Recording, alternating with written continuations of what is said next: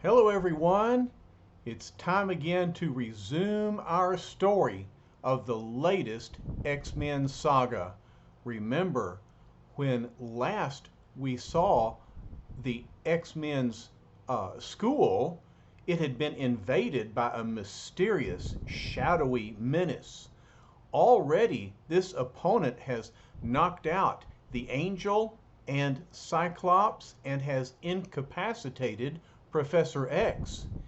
The other X-Men are at the hospital where the last we saw the Beast and Iceman were hospitalized while Marvel Girl was staying to attend to them.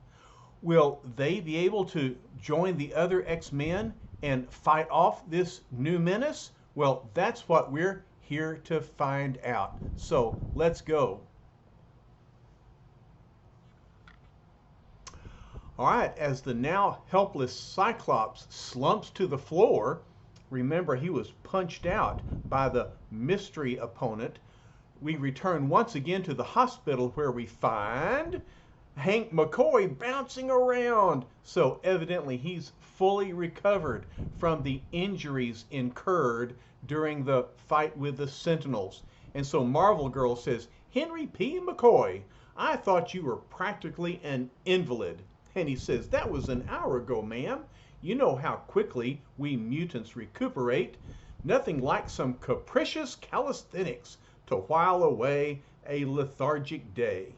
All right, so he's happy and bounding around. Look, there he is balancing on top of the dresser mirror. "But enough of my exemplary epithets. To what do I owe the honor of your sudden visitation?" "Honestly, Hank," says Marvel Girl, "can't you ever speak like an ordinary, normal human being?"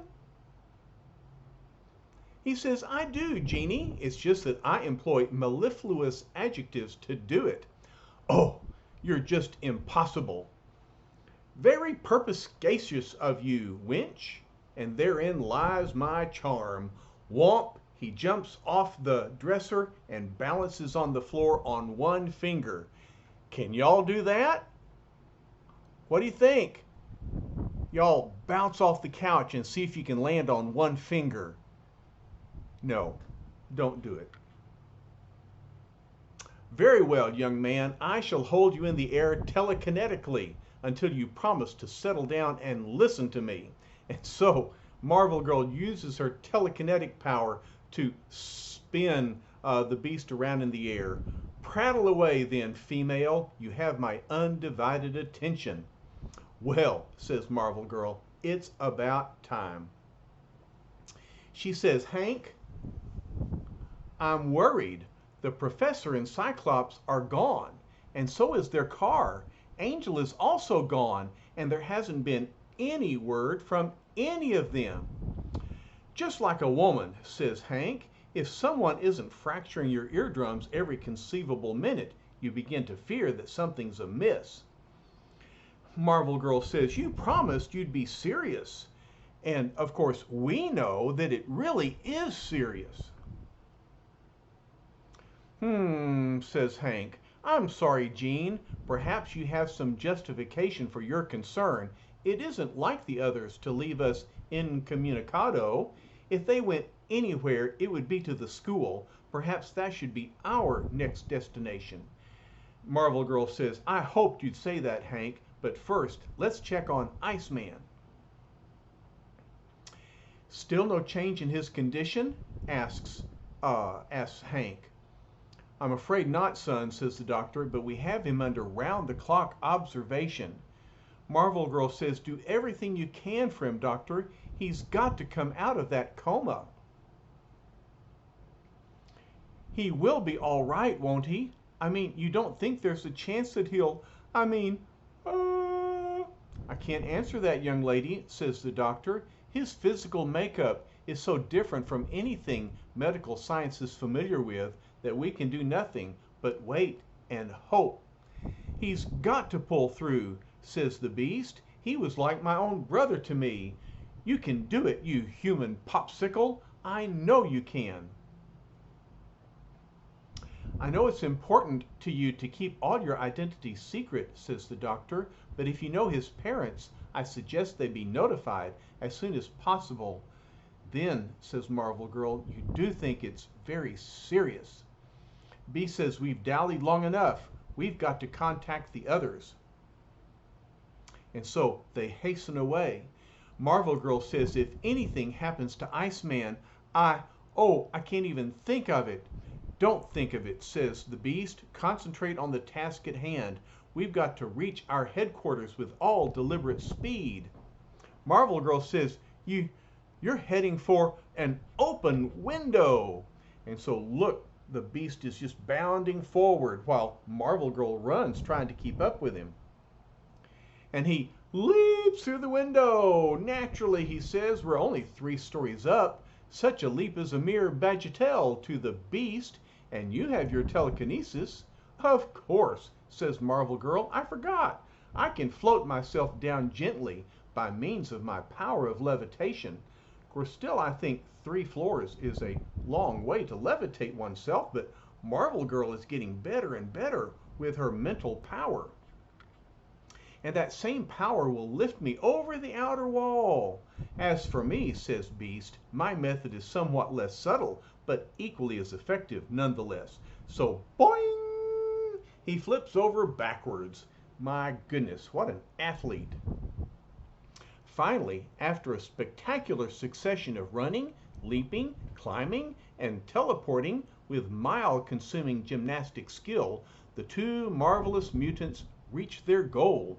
They finally are back at the X-Men school.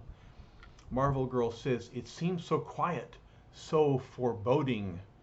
Stay behind me, lass, says the Beast. I'll charge in first at top speed to bear the brunt of whatever awaits us.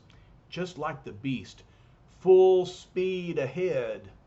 Sometimes that gets him in trouble. And, speaking of which, even the agile Beast is not prepared for the simple yet startlingly dangerous surprise that confronts him. Marvel Girl says something happened to the hallway, and the Beast is sliding forward. He says everything has been coated with a wax-like gloss. There's no friction, nothing to hold on to. It's like being a satellite in space. There's no way to check our momentum, no way to stop. What's going to happen? No matter what I reach, the walls, the ceiling, floor, they're all as smooth as glass. Jeannie will be all right because she enters slowly, but I hurtled in like a projectile. Well, didn't Papa warn him? Didn't Papa say he shouldn't hurl himself headlong into trouble? All right, even my natural agility can't help me now. I've got to keep sliding along, out of control, until I reach what? And Marvel Girl is thinking, he's moving so fast, even with my telekinetic power operating at full intensity. I can't exert enough force upon him to slow him down. In front of him, there's a door. It's sliding open. It must be part of the trap. What is it that she sees as the Beast careens from side to side, from top to bottom? He says, stay back, girl. You can't help me, but there may be time to save yourself. Run, run. And then the desperate admonition of Hank McCoy is drowned out by the sound of heavy steel doors beginning to roll together again. Run, he says, as he plunges headlong through the door. And the steel doors slam shut. Marvel Girl tries with her mental power, but she says, I can't pry it open. I can't reach him. Naturally, says the shadowy menace coming from behind. This is how I planned it. Marvel Girl says, that voice directly behind me. Who? Who is it? Have you guessed yet? Have you guessed who the shadowy menace is? Who has invaded the X-Men's school? All right, we're going to find out. We meet again, Marvel Girl. A pity it must be for the very last time. She spins around. She says, you It's someone she recognizes. It's someone that we know, a former opponent of the X-Men. Have you figured it out yet? How pathetic, he says. Do you really feel that your feeble kinetic power can have any effect on someone as supremely powerful as I? So you choose not to answer me. You prefer to keep struggling till the end, a noble, if useless, gesture. And she thinks, it's all up to me now. I must stop him. I must. He's coming closer, but how? Why isn't my power affecting him? What's wrong with me? Why do I feel myself growing weak? Weaker. And even though she is expelling her power with as much force as possible, it doesn't affect this shadowy menace opposing her. By now, he says, you should be starting to realize that you have been inhaling odorless sleep gas, which has dulled your brain and hence your kinetic power as well. She says, then that's why my knees are sagging. I can't keep my eyes open. I'm so weak. But you haven't won yet. I won't give up. None of us will ever give up. That no longer matters, you little fool, says the menace. The episode is ended. And she collapses on the floor. Only one of your number remains to be beaten, and he is the weakest of all. Speaking of the Iceman. Thus, the era of the X-Men is over at last. Okay, so we know he's captured the Beast. Marvel Girl is knocked out. He's already defeated the Angel and Cyclops and Professor X. And even as he speaks those fateful words, back at the hospital we find Dr. Thomas. Report. That's your call, John. Anything serious? John says, it could be. It means my frozen X-Man patient has reached the moment of crisis. And so this is Iceman's doctor, Dr. John Thomas. And here's a reporter. You're Dr. John Thomas, aren't you? We've got some questions to ask you. The other reporter says, since Iceman has been your patient, have you managed to thaw him out and discover his real identity? But the doctor says, sorry, no time to talk to newsmen. Now, hold on, doctor, says the newsman.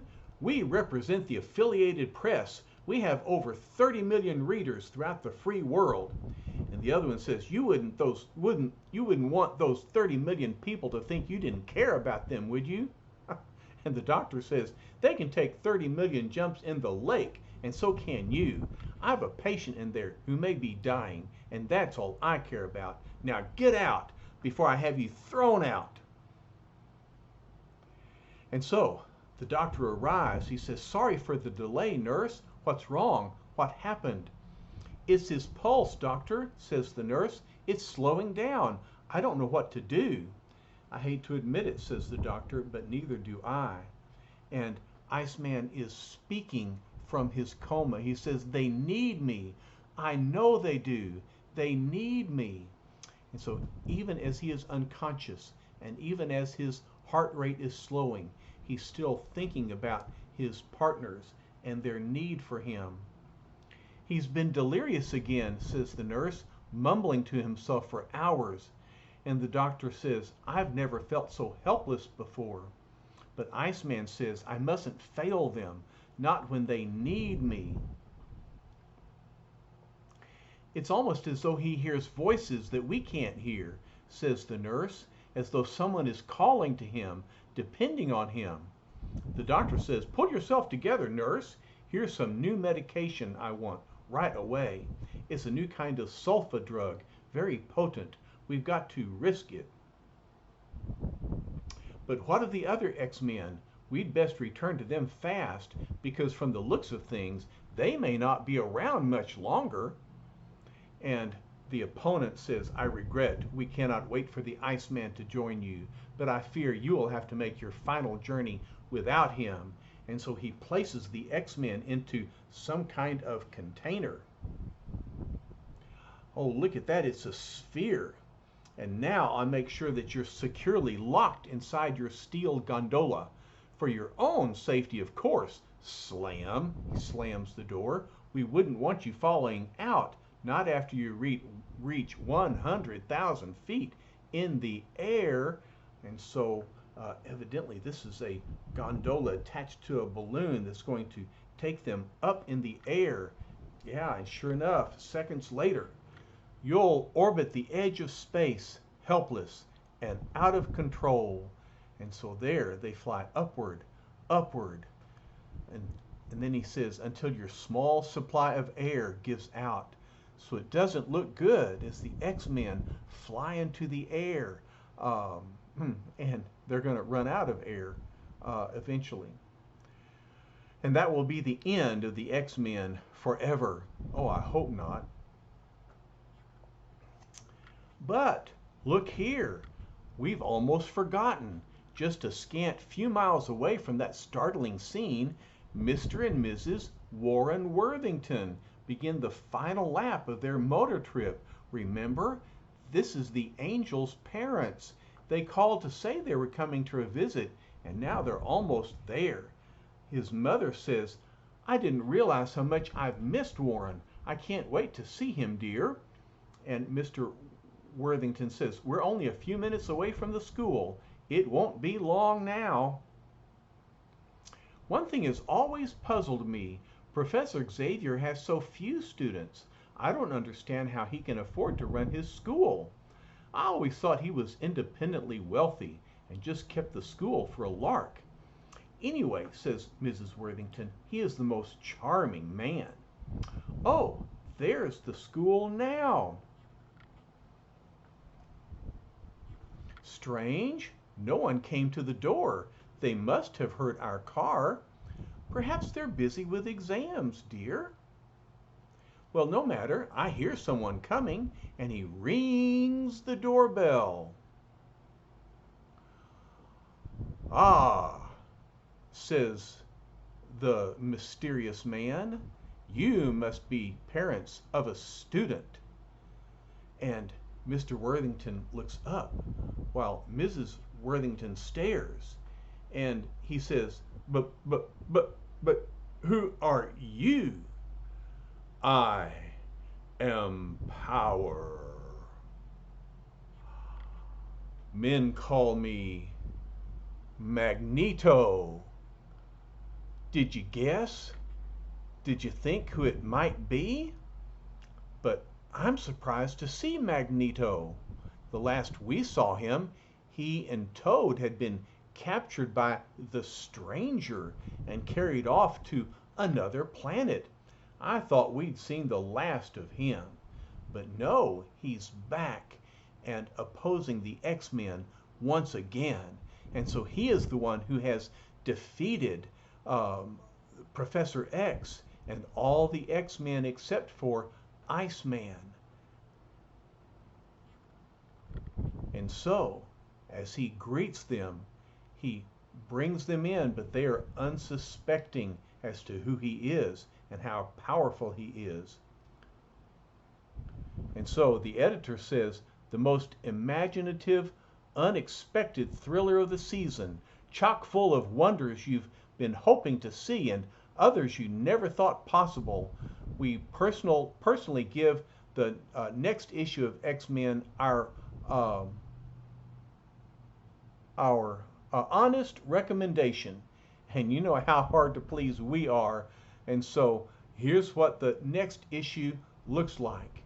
It shows a showdown between Magneto and Iceman. And the title is, If Iceman Should Fail. What will happen? He is the last defense that the X-Men have against the powerful Magneto. And so that's what we have to look forward to. All right? Can you wait? You'll have to, but I'll be back soon. I love y'all very much. Bye-bye for now.